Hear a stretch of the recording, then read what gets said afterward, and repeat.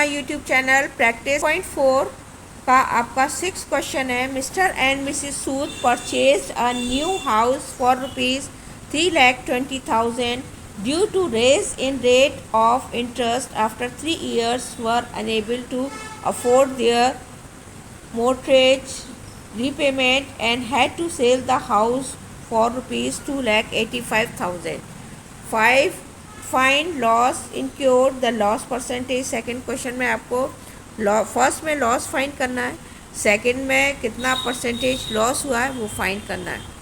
Mister और Mrs सूद ने house ख़रीदा था आपका 3,20,000 का, और आफ्टर 3 years के बाद उसका जो इंटरेस्ट था उसकी रेट हाई हो गए तो उन्होंने उसको सेल कर दिया। जो ख़रीद था आपका वो आपका सीपी है और जो बेचा था वो आपका एसपी है। बेचा था आपका 2,85,000 का। अगर आपका सीपी ज़्यादा है और सेलिंग प्राइस कम है मीन्स आपको लॉस हुआ है, और सेलिंग प्राइस आपका ज़्यादा है कॉस्ट प्राइस कम है मीन्स आपको प्रॉफिट हुआ है। यहाँ आपका लॉस हुआ है। अब कितने का लॉस हुआ है दोनों को माइनस कर दीजिए।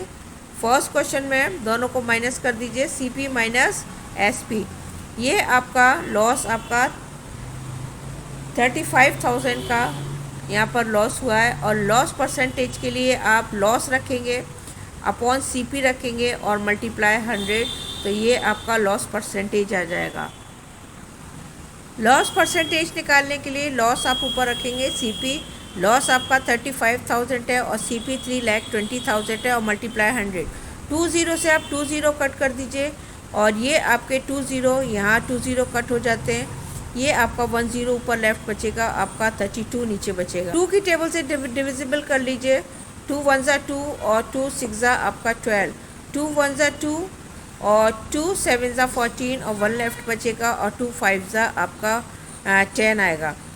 ये आपका 16 अब डिविजिबल नहीं होगा। ये 16 175 अपॉन 16। आप 3 की टेबल से आपका 16 नहीं आता 3 की टेबल में, और ये अगर आप 2 से डिविजिबल करते हैं तो 2 की टेबल में लास्ट में 5 है, ये नहीं जाएगा, और ये 5 से भी नहीं जाएगा।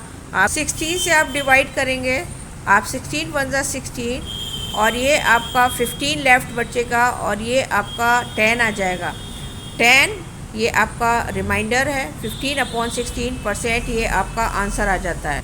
Question number 7, a used car frame pays ₹60,000 for a car but because of financial difficulties has to sell it immediately and receive only 49,200 for the sale. Find the loss incurred by the used car frame and express this loss percentage of the cost price. Same ऐसे ही होगा जैसे आपने पिछला back question किया है, और ये आपका कॉस्ट प्राइस 60,000 में ख़रीदा था और सेलिंग है, सेल किया था 49,000 में। आपका सीपी बड़ा है, कॉस्ट प्राइस बड़ा है, सेलिंग प्राइस छोटा है, लॉस हुआ है, और लॉस के लिए आप सीपी माइनस एसपी करेंगे। कितने का लॉस हुआ है ये आपका 10,800 का लॉस हुआ है। और लॉस परसेंटेज जानने के लिए लॉस अपॉन सीपी इंटू आप 100। 20 से आपके 20 डिविजिबल हो जाएंगे, 20 से ये 20 आपके डिविजिबल हो गए, और ये आपका 6 बचता है। 6 1 6 और ये आपका 4 और 6 8 आपका 48, तो 18% आपका लॉस हुआ है। ये आपका लॉस परसेंटेज आ जाता है। Question number 8, a real estate agent purchased a house for ₹25,70,000 and sold it loss of 22%. Find his actual loss in rupees selling price.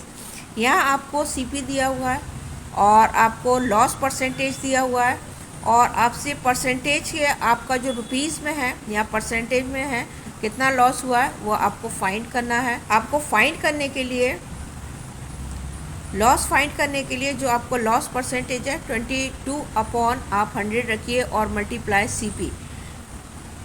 ये आपका 25,70,000 गिवन है, लॉस परसेंट आपका 22% है, और जो एक्चुअल लॉस आपका रुपीज़ में है वो फाइंड करना है। तो 22 अपॉन 100 मल्टीप्लाई 25 लाख और आपका 70,000। 20 से आपके ये 2 डिविजिबल हो जाएंगे। 22 का मल्टीप्लाई आप जो लेफ़्ट बचता है उससे करते हैं। आपका 5,65,400 आता है, लॉस आ जाता है। अब आपका सेलिंग प्राइस जो है वो भी फाइंड करना है आपको। ये लॉस परसेंटेज है और सेलिंग एसपी फाइंड करना है। ये आपका लॉस है और आपको सेलिंग प्राइस करना है। सेलिंग प्राइस में से आपका जो सीपी था उसमें से अगर आप लॉस माइनस कर देंगे तो आपका सेलिंग प्राइस आ जाएगा। सीपी आपका 25,30,000 था और इसमें से आप 5,65,400 अगर माइनस कर देंगे तो आपका 20,04,600 ये आपका सेलिंग प्राइस एसपी आ जाता है।